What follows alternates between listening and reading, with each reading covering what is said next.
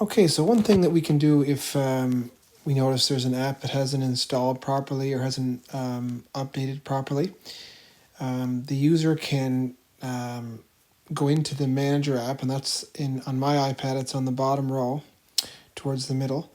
We're going to tap inside the manager app, and then you're going to come to a screen looking something like this. We're going to tap on self-serve.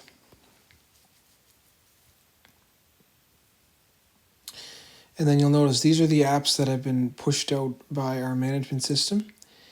So let's say, for example, it's Google Classroom that hasn't updated properly, or you just can't get it open.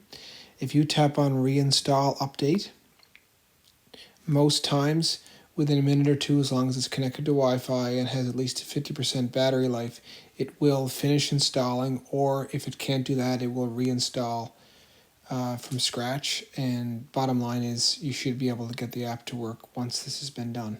This can be done at any time for any app, so feel free to do that if you have issues opening an app.